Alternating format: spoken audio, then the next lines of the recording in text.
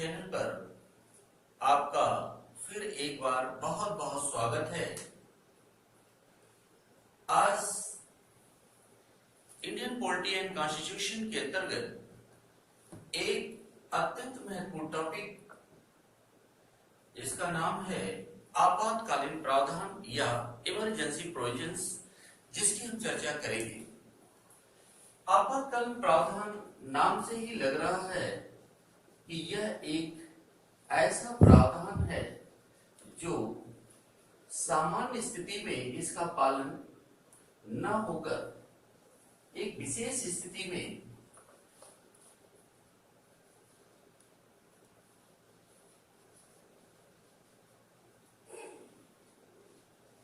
इसका हम प्रयोग करते हैं।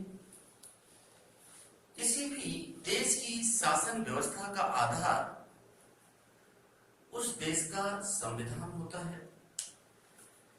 किसी भी देश की राजनीतिक और प्रशासनिक क्रियाएं संविधान के द्वारा ही संचालित होती हैं। परंतु यदि किसी देश में कुछ ऐसी विशेष जटिल या अवांछनीय स्थितियां उत्पन्न हो जाती हैं जो देश के या देश के किसी राज्य आदि के लिए संकट की स्थिति उत्पन्न हो जाती है, तो इस संकट या विशेष स्थिति और परिस्थिति में संविधान के उन सामान्य प्रक्रियाओं का सामान्य रूप से संचालन करना संभव नहीं होता है। अतः भारत के संविधान में भी संविधान सभा के सदस्यों के द्वारा भविष्य में होने वाली ऐसी किसी भी संभावना को देखते हुए यदि देश के ऊपर कोई संकट आता है, देश किसी ऐसी विशेष जटिल स्थिति में आता है या कोई राज्य की संवैधानिक व्यवस्था फ्लॉड हो जाती है या देश की आर्थिक स्थिति पंगु हो जाती है, फ्लॉड हो जाती है, देश की इकोनॉमी बहुत खराब हो जाती है, तो ऐसी स्थिति में किस प्रकार से एक पब्लिक वेलफेयर स्टेट, लोक कल्याणकारी राज्य की शासन का संचालन किया जाएगा, इसके लिए एक आपातकालीन प्रोविजंस या प्रावधान का उल्लेख किया गया है। इस आपातकालीन प्रावधान का उल्लेख संविधान के पार्ट 18 भाग 18 के अंतर्गत अनुच्छेद 352 से लेकर 360 तक, जिसमें विशेष रूप से 3 प्रकार के आपात संबंधी प्रावधानों का उल्लेख किया गया है। तो ये आपातकालीन प्रावधान संविधान के पार्ट 18 आर्टिकल 352 से लेकर 360 के अंतर्गत इसका उल्लेख किया गया है, जिसमें ऐसी विशेष स्थिति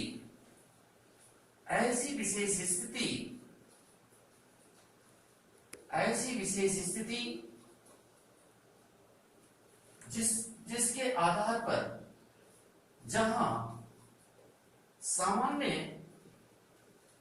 रूप से शासन का संचालन करना या एक पब्लिक वेलफेयर स्टेट, एक लोक कल्याणकारी राज्य, पब्लिक वेलफेयर लोक कल्याणकारी राज्य की स्थापना करना सर्वाधिक महत्वपूर्ण उद्देश्य है या एक लोक कल्याणकारी राज्य की स्थापना करना सर्वाधिक महत्वपूर्ण उद्देश्य है। तो ऐसी स्थिति में जब देश किसी विषम परिस्थिति में आ जाती है या ऐसी विषम परिस्थिति जिसमें सामान्य कानूनों का पालन करना या सामान्य कानूनों के आधार पर व्यवस्था का संचालन करना संभव ना हो, तो ऐसी स्थिति में भारत के संविधान में पार्ट 18 के अंतर्गत 3 प्रकार के आपातकालीन प्रावधान का उल्लेख किया गया है। जो पहला प्रावधान है वह राष्ट्रीय आपात की घोषणा। पहला प्रावधान है राष्ट्रीय आपात की उद्घोषणा। अनाउंसमेंट जो संविधान के अनुच्छेद 352 के अंतर्गत है, जो 3 स्थितियों में राष्ट्रपति के द्वारा घोषित किया जा सकता है, परंतु कुछ विशेष प्रक्रियाओं के साथ उसका उल्लेख अभी हम करते हैं। दूसरा, यदि कोई राज्य की राजनीतिक और प्रशासनिक व्यवस्था, यदि किसी भी राज्य की राजनीतिक और प्रशासनिक व्यवस्था का संचालन सामान्य कानूनों के आधार पर करना संभव ना हो, या वह राज्य सरकार जानबूझकर ऐसी स्थिति में आ जाती है कि वह कानूनों का पालन नहीं करती है, या कानूनों का उल्लंघन करती है, या लोक कल्याण के आचरण के विरुद्ध कार्य करती है, तो ऐसी संवैधानिक संकट की स्थिति में उस राज्य में प्रेसिडेंट रूल राष्ट्रपति शासन को घोषित किया जा सकता है। और राष्ट्रपति शासन की अवधारणा अनुच्छेद 356 के अंतर्गत किया जाता है। तीसरा जो आपातकालीन प्रावधान है वह देश की आर्थिक वित्तीय स्थिति से जुड़ा हुआ है। जब देश के ऊपर कोई आर्थिक संकट की स्थिति आती है, देश की अर्थव्यवस्था फ्लॉड हो जाती है, देश किसी ऐसे स्थिति में फंस जाती है जहां कर्मचारियों आदि का वेतन दे पाना संभव ना हो और दैनिक उपयोग की खर्च चलाना कठिन हो जाए, तब ऐसी स्थिति में एक तीसरी आपातकालीन व्यवस्था है जिसका नाम है फाइनेंशियल इमरजेंसी, वित्तीय आपात, जिसे हम संविधान के अनुच्छेद 360 के अंतर्गत अध्ययन करेंगे। तो यहाँ पर हम देख रहे हैं कि भारत के संविधान के अंतर्गत अनुच्छेद भाग 18 के अंतर्गत 3 प्रकार के आपात का प्रावधान का उल्लेख है। मित्रों, सबसे पहले हम आपको राष्ट्रीय आपात की उद्घोषणा का चर्चा करेंगे। वास्तव में राष्ट्रीय आपात की उद्घोषणा, राष्ट्रीय आपात की उद्घोषणा जो संविधान के अनुच्छेद 352 के द्वारा की जाती है, और यह उद्घोषणा राष्ट्रपति के द्वारा की जाती है। एक प्रश्न याद करिए, बड़ा इंपॉर्टेंट क्वेश्चन है।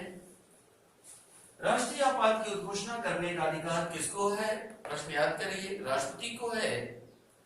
परंतु दूसरा सर्वाधिक महत्वपूर्ण बात याद करिए कि 44वां संविधान संशोधन 1978 में यह प्रावधान जोड़ा गया कि इसकी घोषणा मंत्रिपरिषद के लिखित परामर्श से होगा। पहला तो ये जोड़ा गया, मंत्रिपरिषद के लिखित परामर्श से होगा। मंत्रिमंडल शब्द का यूज है।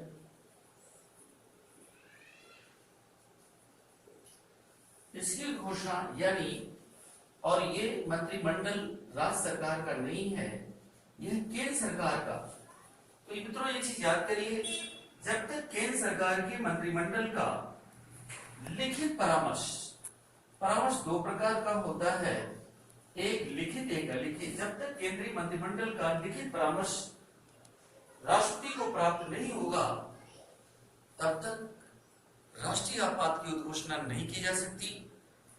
और दूसरी महत्वपूर्ण बात है कि अब तक तीन बार राष्ट्रीय आपात युद्ध घोषणा की जा चुकी है। ये प्रश्न याद कर लीजिए आप परीक्षा के अकॉर्डिंग। भारत में अब तक 3 बार राष्ट्रीय आपात युद्ध घोषणा की जा चुकी है। प्रश्न आता है कब कब की गई, और तो पहला याद करिए 1962 जब भारत का गवर्नमेंट ऑफ इंडिया नहीं बल्कि गवर्नमेंट ऑफ इंडिया का भारत सरकार का चीन के साथ युद्ध हुआ। दूसरी बार इसकी घोषणा 1971 में की गई। 1971 में तब की गई जब भारत का पाकिस्तान के साथ युद्ध हुआ। ये दोनों प्रकार की युद्ध घोषणाएं वाह युद्ध के आधार पर हुआ। और तीसरी घोषणा हुई थी 1975 में, जिसे हम आंतरिक अशांति के नाम से जानते हैं। तीसरी घोषणा आंतरिक अशांति के आधार पर की गई थी। मित्रों याद करिए, पहली घोषणा 1962 में जब भारत और चीन के साथ वाह युद्ध हुआ, यानी इस युद्ध को आप जानते ही हैं। पंडित नेहरू ने अपने विदेश नीति के अंतर्गत 1954-55 में भारत चीन के साथ अत्यंत निकटता का संबंध स्थापित करने का प्रयास किया था, और भारत ने अपने संसाधनों, आवश्यकताओं और परिस्थितियों के आधार पर चीन को विश्वास में रखने का प्रयास किया, क्योंकि हमारा पड़ोसी पाकिस्तान भारतीय आंतरिक क्षेत्र में बराबर दखलंदाजी दे रहा था। पंडित नेहरू ने यह सोचा, यदि चीन की तरफ से सीमाएं सुरक्षित हो जाएं, तो हम पाकिस्तान के साथ आसानी से अपने बातों को रख सकते हैं। परंतु जब पंडित नेहरू हिंदी चीनी भाई भाई का नारा दे रहे थे, तो ऐसी स्थिति में चीन को यह समझने में देरी नहीं लगी कि चीन भारत को धोखे में रखकर, विश्वास के साथ धोखे में रखकर भारत के साथ अत्यंत ही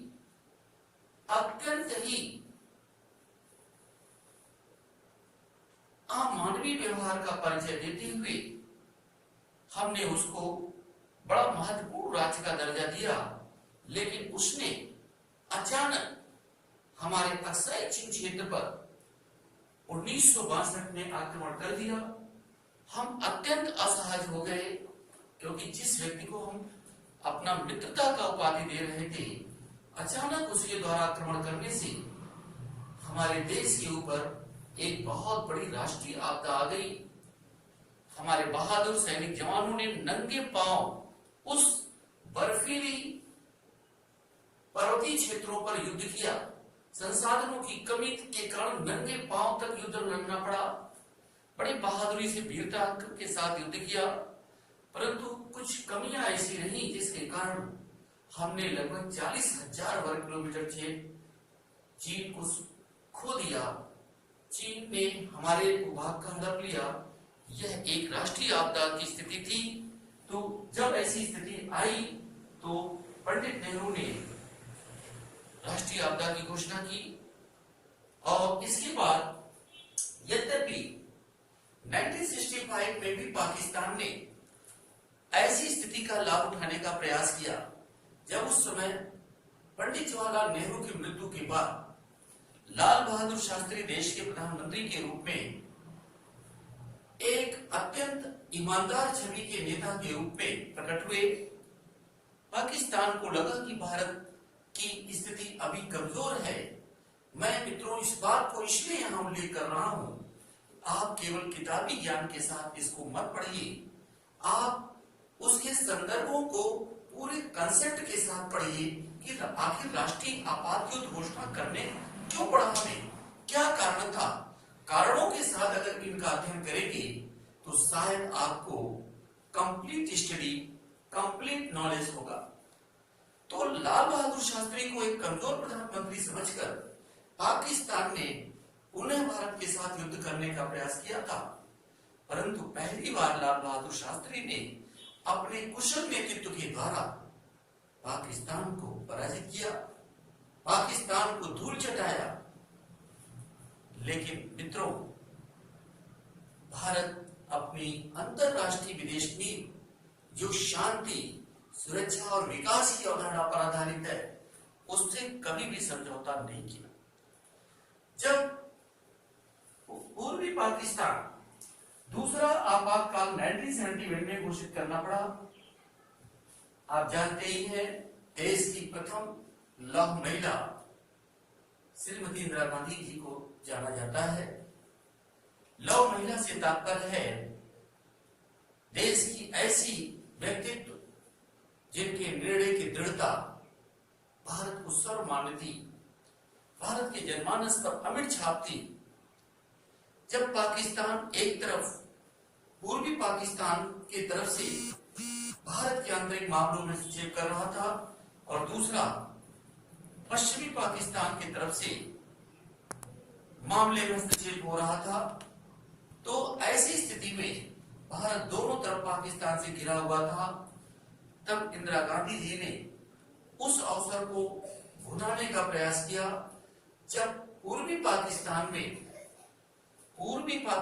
में शेख मुजीबुर रहमान को वहां के prime minister as a leader के रूप में चुना गया और जब वो शपथ ग्रहण करने पश्चिमी पाकिस्तान इस्लामाबाद जा रहे थे, उनको वहां के तानाशाह शासक ने अरेस्ट कर लिया और ऐसी स्थिति में पूर्वी पाकिस्तान में एक बहुत बड़ा जन आंदोलन फैल गया और उस जन आंदोलन को कुचलने के लिए पाकिस्तान ने अपने ही लोगों को दमन करने का प्रयास किया, अपने लोगों पर टैंक चलवाए, गोलियां चलवाई, महिलाएं, बच्चे, बूढ़े, वृद्ध बड़ी संख्या में भागकर भारत आए, भारत में शरण लिए।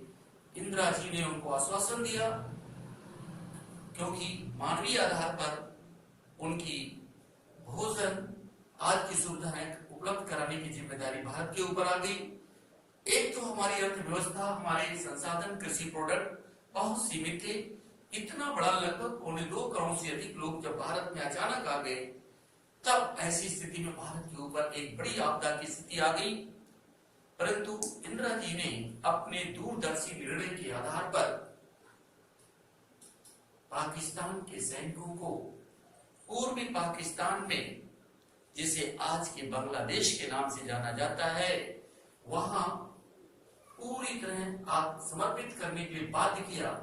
90,000 से ज्यादा सैनिकों को हमने गिरफ्तार किया, वहां के सेनापति को भी हमने अरेस्ट किया। चाहते तो बहुत सारे समझौते कर लेते, परंतु अंतरराष्ट्रीय राजनीति में भारत की जो एक पहचान है, शांति, सहिष्णुता, बंधुत्व की धारणा को ध्यान में रखते हुए हमने शिमला समझौते के बाद हमने इनको कई शर्तों के साथ छोड़ा। तो दूसरा मित्रों, 1971 के बाद लगातार अवधारणाएं बढ़ रही थी। 1975 में यहाँ 2 अवधारणाएं वाह युद्ध के आधार पर, इसको आप समझ लीजिए अच्छे से। तीसरी अवधारणा 1975 में लागू की गई। 1975 में यह आपातकालीन प्रावधान आंतरिक अशांति के आधार पर की गई। वास्तव में इंदिरा जी की कठोर नीतियां, कुछ कठोर निर्णय भारतीय जनमानस को पसंद नहीं आ रहे थे, जिसके कारण इंदिरा जी ने आंतरिक अशांति के आधार पर भारत में राष्ट्रीय आपात की घोषणा कर दी और इस राष्ट्रीय आपात की घोषणा के कारण कई जटिल समस्याएं उत्पन्न हो गई। तो ऐसी स्थिति से निपटने के लिए आगे चलकर जब जनता पार्टी की सरकार आई तो 44वां संविधान संशोधन किया गया और इस संविधान संशोधन के द्वारा 44वें संविधान संशोधन जो 1978 में हुए थे, ये माना गया कि आंतरिक अशांति तब तक नहीं घोषित किया जाएगा जब देश में सशस्त्र विद्रोह की स्थिति उत्पन्न हो जाएगी। सशस्त्र विद्रोह की स्थिति में ही आंतरिक आपात की उद्घोषणा की जा सकती है। सशस्त्र विद्रोह की स्थिति क्या है? जब वह एक हिंसात्मक रूप से जब यह प्रभावी हो जाएगा तब उसको लागू किया जाएगा, तब उसको हम लागू करेंगे। तो ऐसी स्थिति में एक कठिन प्रक्रिया लाएगी, इसलिए इसको लाई गई। मैं यहां थोड़ा सा एक इंपॉर्टेंट कंसेप्ट को उल्लेख करके मैं बताना चाहूंगा कि 1975 में जब इस आपात की घोषणा की गई, देश के तमाम बड़े राजनीतिक दल के नेताओं को इसी आंतरिक अशांति के आधार पर जेल में डाल दिया गया। कई गैर कांग्रेसी राज्य को या नॉन कांग्रेस स्टेट गवर्नमेंट को अनुच्छेद 356 के द्वारा प्रेसिडेंट रूल लगाकर वहां की शासन व्यवस्था इनडायरेक्ट अपने हाथ में लेने का प्रयास किया गया। तो इस तरह से मित्रों, आंतरिक अशांति का काफी दुरुपयोग हुआ। भारतीय जनमानस में गुस्सा आया। मैं एक उदाहरण और देता हूं जिसे आप स्पष्ट कर सकते हैं। इंदिरा जी ने भारतीय ब्यूरोक्रेट से एक ऐसी अपेक्षा पाल रखी, कमिटेड ब्यूरोक्रेसी की नाम लिया, प्रतिबद्ध नौकरशाहिता की बात की कि नौकरशाहों का काम है राजनीतिक क्रियाकलापों में सहायक की भूमिका का निर्वाह करना। यह एक बड़ा महत्वपूर्ण प्रश्न था और इंदिरा जी ने 40 लाख लोगों की नसबंदी कराने का टारगेट रखा था।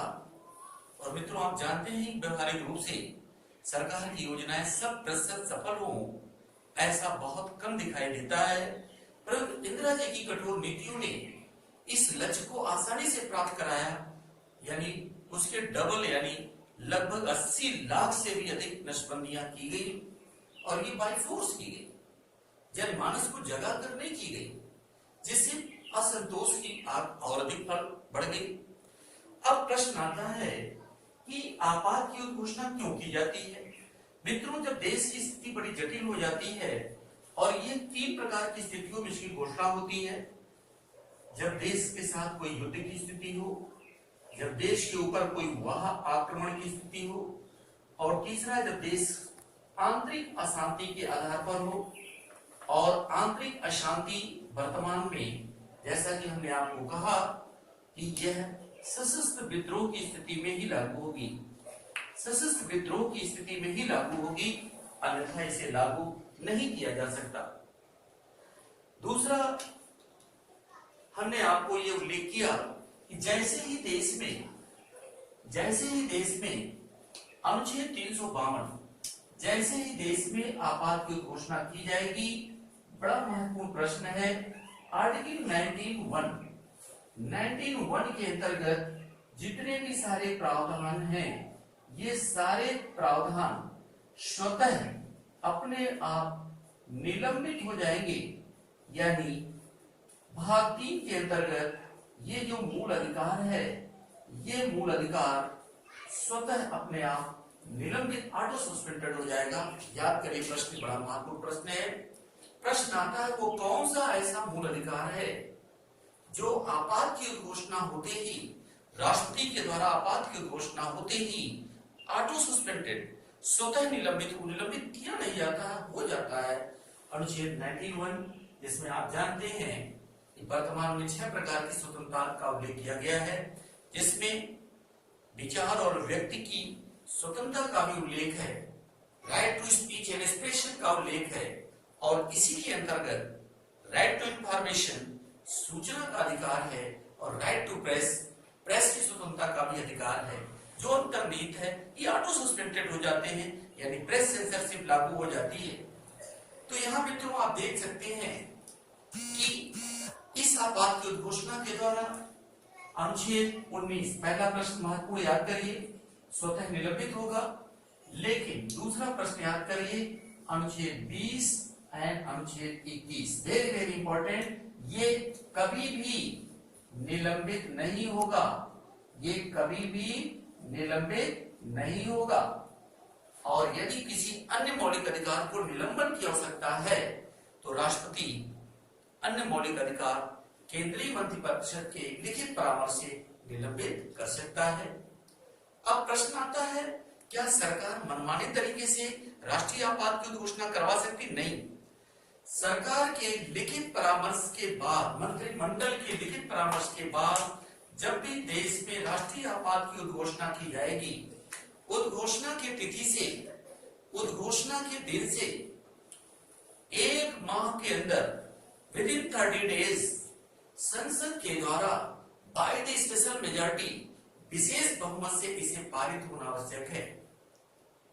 विशेष बहुमत से, that is the special majority, 2/3 बहुमत से पारित होना आवश्यक है। और यदि इस 30 दिनों में यह विशेष बहुमत से पारित नहीं हुआ तो मित्रों ये चीज याद रखिए, 30 दिनों की समाप्ति पर यह राष्ट्रीय आपात स्वतः समाप्त हो जाएगा, स्वतः समाप्त हो जाएगा। और यदि संसद ने इसका अनुमोदन कर दिया तो संसद के अनुमोदन के बाद यह 6 माह तक प्रभावी हो जाएगा और जरूरत पड़ने पर संसद के अनुमोदन से 6 माह करके आगे एक्सटेंशन किया जा सकता है। अब एक दूसरा प्रश्न आता है, यदि ऐसे समय राष्ट्रीय आपात की घोषणा की जाती है when the House of People is dissolved, when the House of People is dissolved, जब लोकसभा भंग हो, लोकसभा बंद है, संसद की जनता के प्रत्यक्ष प्रतिनिधि जहां पर है वो बंद है, तब कैसे अनुमोदन होगा? होगा क्योंकि Rajya Sabha, council of state is the permanent house which is never dissolve, जो कभी भी भंग नहीं होती। तो ऐसी स्थिति में राष्ट्रपति की घोषणा का राज्यसभा से अनुमोदन कराया जाएगा और जब भी नई लोकसभा का गठन होगा और यदि राष्ट्रीय आपात प्रभाव में है तो उस नए लोकसभा के गठन के पश्चात इसे विद इन 30 डेज उसी प्रकार से जैसे पहले प्रक्रिया में था, by the special majority 2/3 majority of the house of the people, Lok Sabha के 2/3 बहुमत से इसे पारित किया जाएगा। तो एक प्रश्न मित्रों कि 2/3 बहुमत क्या है, तो इसको याद कर लीजिए। Member which are present at the time of voting in house, member which are present at the time of voting in house, not the total member of the house, का minimum 2/3 majority, it means 66.67%। यदि 2/3 बहुमत से पारित होगा तभी वो आगे प्रभावी होगा। तो इस प्रकार आपने देखा मित्रों कि भारत के संविधान में उस तरह की परिस्थितियों का भी पहले से पूर्वानुमान लगाया गया है। जैसे जब हम कुकर में खाना बनाते हैं तो हम देखते हैं कुकर में एक सेफ्टी वाल्व होता है। What is the role of safety valve for the fooding? खाना बनाने में सेफ्टी वाल्व की क्या भूमिका है? कोई भूमिका नहीं, but safe for the life and security. परंतु सेफ्टी वाल्व एक ऐसे मेटल का बनाया जाता है, जब एयर क्रॉस होल ब्लॉक हो जाए तो पहले सेफ्टी वाल्व जो अपेक्षाकृत कम टेम्परेचर पर गल जाता है, गैस क्रॉस हो जाती है, कुकर ब्लास्ट होने से बच जाता है। तो मित्रों ठीक उसी तरीके से एक सेफ्टी वाल्व की तरह इसको हमने रखा है कि देश के लोक कल्याणकारी शासन की प्रक्रिया पर कोई बाधा ना आए, कोई किसी प्रकार का वर्डन ना हो। या जैसे गाड़ी में, कोई भी गाड़ी को एक स्टेपनी हम रख लेते हैं, no any role of the stepney, but at the emergency situation यदि गाड़ी का पहिया कभी भी पंचर हो जाए तो उस विशेष स्थिति में स्टेपनी जो लगभग सेकंड हैंड टायर के रूप में होता है उसको जोड़कर चला लेते हैं, बट वहां प्रॉपरली काम कर पाना संभव नहीं है। या जैसे हम अगर बीमार होते हैं तो क्या हम वही खाना, वही भोजन, वही रहन सहन, वही प्रक्रिया अपनाएंगे? नहीं, वहां हमें कुछ रूल्स रेगुलेशन में परिवर्तन करना पड़ता है। तो ठीक उसी तरीके से जब देश के सामने कोई संकट की स्थिति आती है, देश किसी आपदा से ग्रस्त होता है, देश सर्वोच्च है, देश सबसे बड़ा है, जैसे यदि देश के समक्ष कोरोना जैसी महामारी आ गई है तो लोग अपने तमाम सारे अधिकारों का आज सेक्रीफाइस कर रहे हैं। किसके लिए? देश के लिए। और देश किसके लिए कर रहा है? देश की जनता के लिए। तो इसीलिए मित्रों, हमने राष्ट्रीय आपात की स्थिति के अंतर्गत कई महत्वपूर्ण बातों पर आज बल दिया। इसका आप याद करिए, आपातकालीन प्रावधान भाग 1, ये पार्ट 1 के अंतर्गत यहां तक हमने अध्ययन किया। इसका भाग 2 नेक्स्ट वीडियो में हम अपलोड करेंगे और नेक्स्ट वीडियो में इसके कौन कौन से प्रश्न आते हैं, किस तरह से परीक्षा में प्रश्न पूछा जाता है, इसका बृहद रूप से उल्लेख करेंगे और थोड़ी सी सावधानियां बताएंगे कि अगर परीक्षा में उन सावधानियों के साथ अगर हम जाते हैं तो आई थिंक हमारा एक भी प्रश्न गलत नहीं होगा। तो इस बात के साथ कि आप लोग इसको अधिक से अधिक अपने मित्रों आदि को भी शेयर करें और जो लोग अभी सब्सक्राइब नहीं कर पाए हैं, जिससे कोई वीडियो उनसे छूट न जाए, वो तुरंत सब्सक्राइब कर लें और अगले 5-6 दिनों के अंदर इसमें रैपिडली बहुत तेजी से गति आने की उम्मीद है। इसलिए आप तुरंत सब्सक्राइब कर लें जिससे हर वीडियो आपके पास पहुंचता रहे। Thank you so much.